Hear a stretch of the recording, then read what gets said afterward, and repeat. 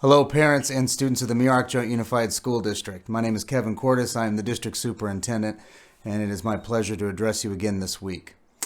Some updates for you related to our school opening that is happening. We were able to submit our plan as we had hoped earlier this week. We did that on Tuesday, and it has been posted on our website, our district website, if you would like to take a look at it. We anticipate a response from the county and the state next week. The good news is we haven't heard anything right now, and we're taking that as a good sign that it's moving through the process. If by chance there's anything that would need clarification or correction, we've tried to think of anything that might be and have planned and prepared for that in advance so that if the plan does come back to us for some revisions, we can immediately put those into place and resend in our plan in the same day.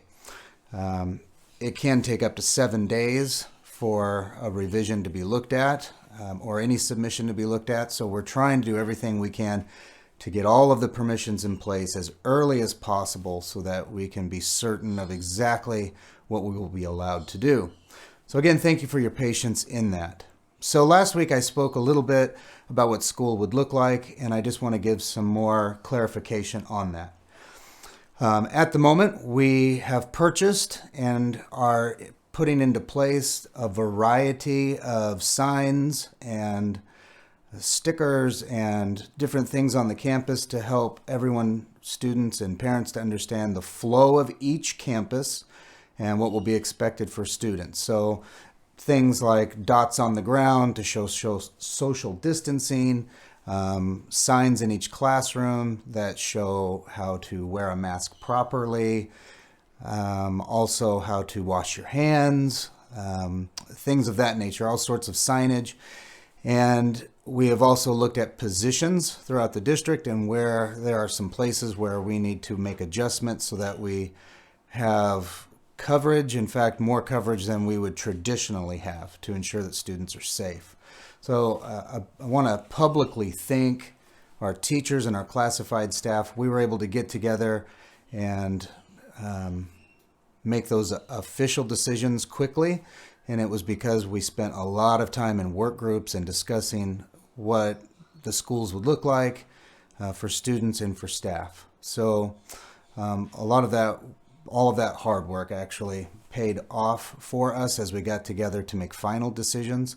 And the spirit in the Muroc Joint Unified School District is one of unity.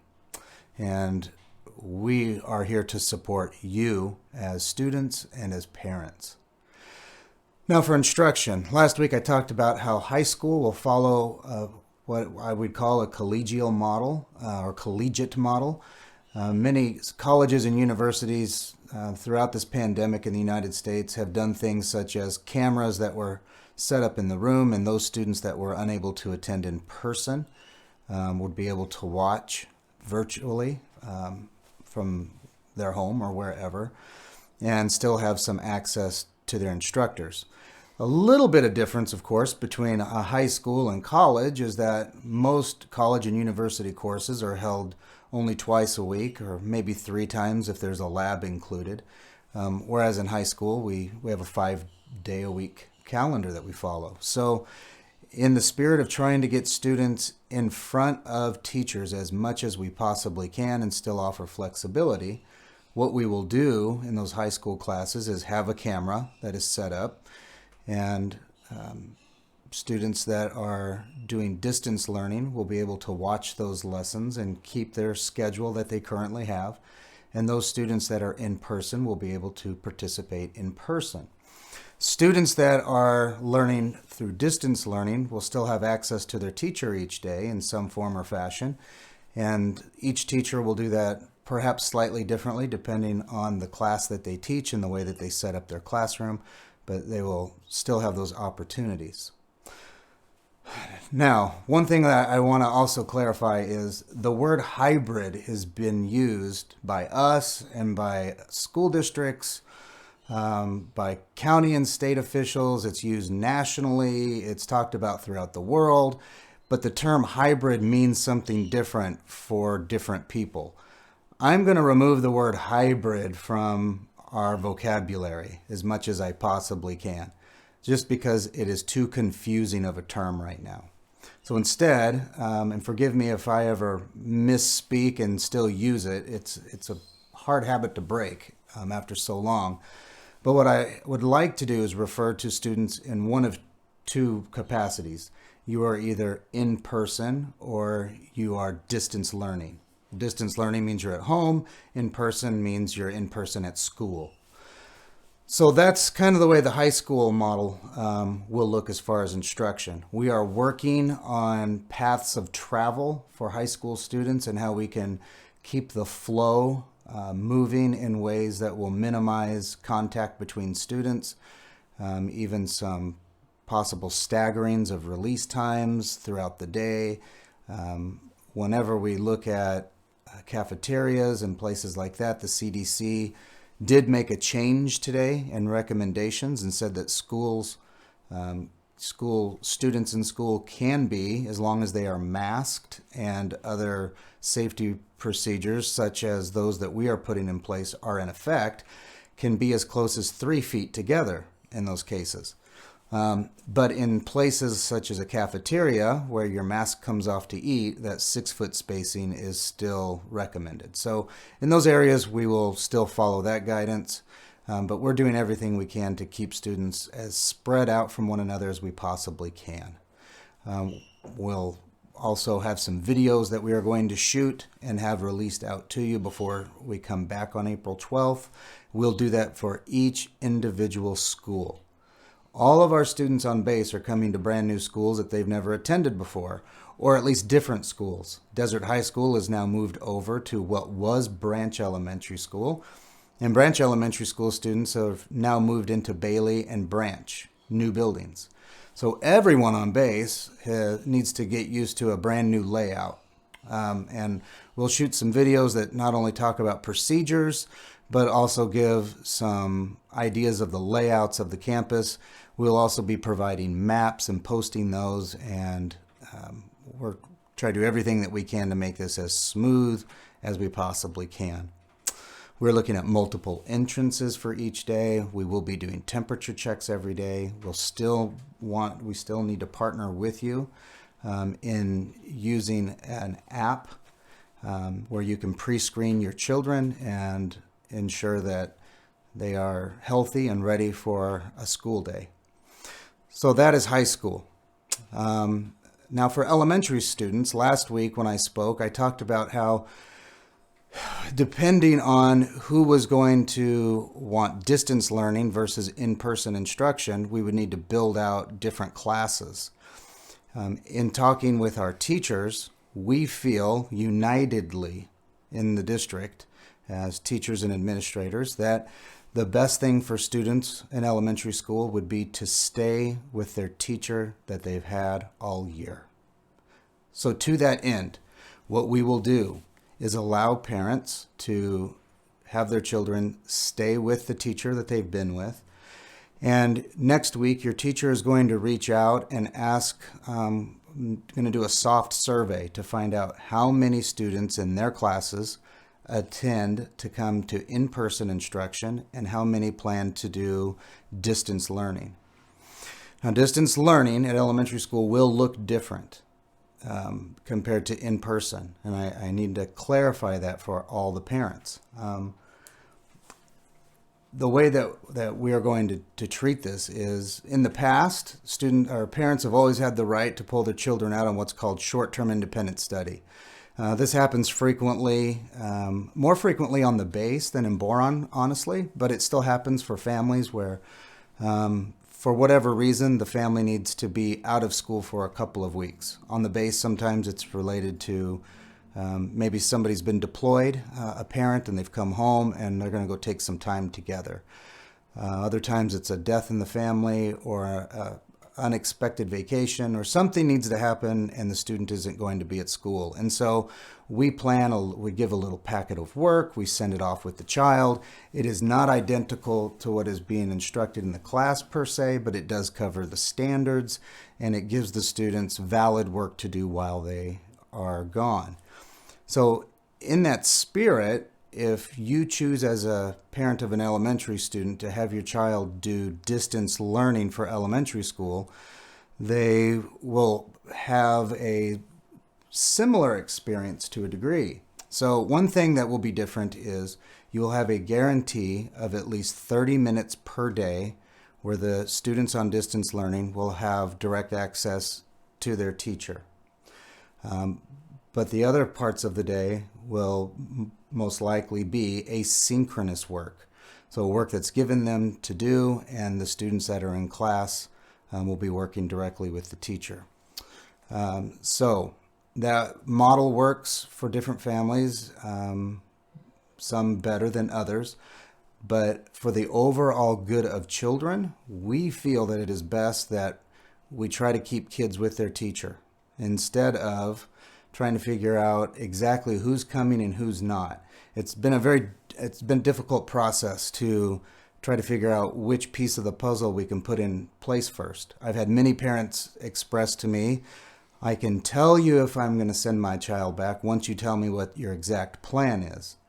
But I can't build my exact plan, such as just how many teachers would be distance learning teachers, how many of those, and they would almost invariably be combination classes, so multiple grade levels in that setting.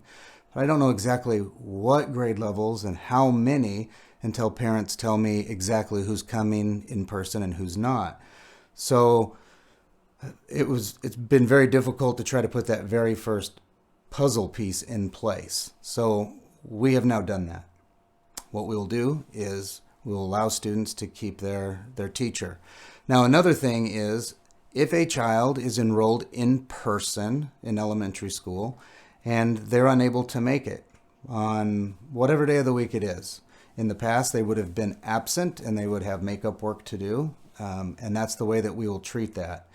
In other words, we're not going to allow, we can't allow a child to just move back and forth between distance learning and in-person throughout the week because of maybe family circumstances. If you're going to be an in-person student and you miss, then it's a day of absence. And just like always, like we've always done, even though you might have missed school, the teacher will still catch the student up, and there will be makeup work that can be done, and they'll still be able to turn in their work and get full credit and move forward. My personal feeling is we just from talking with some parents, I know that there are some who are apprehensive and may want to see just what it's going to look like before they commit to send their children to school. So if you start off as a distance learning student, that's where you have your child or your children, and say after a week or two you see that, well, the in-person instruction, it is the best model and it seems to be working fine, I think I would feel comfortable sending my child in, then we can absolutely do that. And now, because we haven't split kids up into various classrooms, combination classrooms, and broken everybody apart into different classes to make this work, it's very easy to allow your child to adjust and transition from being a distance learning student to an in-person student with their teacher. So we'll give flexibility there. Similarly, you may be in class and feel that you would rather transition and be a distance learning student instead. That works better. And so we'll always give you that option. But what we're not going to do is we're not going to be able to continue to flip-flop back and forth. So if you want to make an adjustment at some point, we can make an adjustment, but then we'll need to kind of stay married to that. The teachers need to know exactly who is in which situation so they can plan out their day accordingly. So this is something that we all felt very strongly about, and keeping children's interest first and foremost. This is where we stand unitedly to provide this for elementary students. So any questions about that, you can reach out to your child's principal.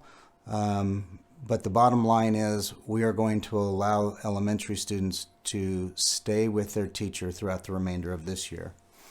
Looking forward to next year, those that would want to be on distance learning would move into a different format. We already have teachers that provide that kind of a model where it's continually distance learning, or it's almost built like a homeschool program. And we'll allow students to do that next year. But for the remainder of this year, we will kind of put those two models together in the same setting. We only have a few weeks of school left. It would be a lot of disruption. And the thing that would be best for kids is to keep that continuity. Teachers have built relationships with their kids, and your kids have built relationships with their teachers, and so have you. And so in that spirit of trying to work together and do what is the best thing for kids, that's how we're going to move forward with that. Other news for you is as we are moving forward, where we are doing practices and taking a look at how students will enter and exit, I've got to beg your forgiveness up front and ask for your patience, especially those of you at Bailey and Branch Elementary Schools. We have never ever ran those schools in the configuration they're in right now. And those first couple of days, we're going to see just how it goes. We have a plan in place. We will put out information to parents and ask you to work with us on that. And hopefully everyone will do that. As an example, yesterday, I took my in-laws who are 80 years old to go and get their second vaccine. I was able to get my second vaccine yesterday. They had an appointment at 10:40 and 10:50 in the morning, but there was a humongous long line that went all the way out the building. And in listening to people in line, some of them were talking about how they had previous appointments that were in the afternoon, and they didn't have the time in the afternoon, so they were just coming right then in the morning. In other words, they didn't follow the asked plan, and what it did was it caused a big bottleneck. And we went in and tried to help alleviate the places where it was bottlenecking. But similarly, when we come back to school, we're going to ask you as parents to please try to help us follow a particular plan, some routes, depending on how you drop your children off. And if we can follow those plans, they will make it smoother for all of us. We tend to have a problem. We get bottlenecked up when any of us decide to do something that's outside the plan. So we're trying to build a smart plan. I also want to address a question that has popped up several times over the last couple of years throughout construction, and now I think it will really pop up for you as you show up, especially if you haven't seen those schools. The schools on Edwards Air Force Base, which are funded 80% by Department of Defense dollars, any new construction, new buildings that were built, needed to be built at what's called Anti-Terrorism Force Protection Standards, ATFP.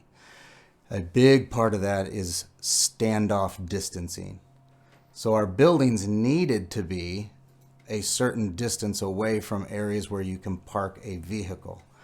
We didn't design the buildings thinking that it would be a really fun idea to have you walk up 75 yards to get to the office. But the standards that we had to build those buildings at required to have that type of a standoff. So it's about student safety, and it's about the procedures that we had to follow for construction, considering the funding source that we were getting that money through. So thanks for your patience. There will be a little bit of a walk every morning to get into the office, but at the end of it all, when you take a look at these schools and see how beautiful they are and how accommodating they will be for students, that walk is well worth it every day. I just want to say thank you to each and every one of you. Everyone has been wonderful. We appreciate your partnership as always. We wish you a happy weekend. There will be more news next week. On top of that survey, soft survey that you should see next midweek, somewhere around Wednesday, from elementary teachers. High school students we're going to need to know as well when they're going to come back. And the district, I'll be sending out a survey of some sort to get a final count of just who's coming and who's not, especially at high school, as we are all looking at how we're going to help students transition from class to class and keep everybody safe. So with that, thank you for listening, and thank you for taking the time to partner with us throughout all of this. Have a great weekend, and we will see you next week.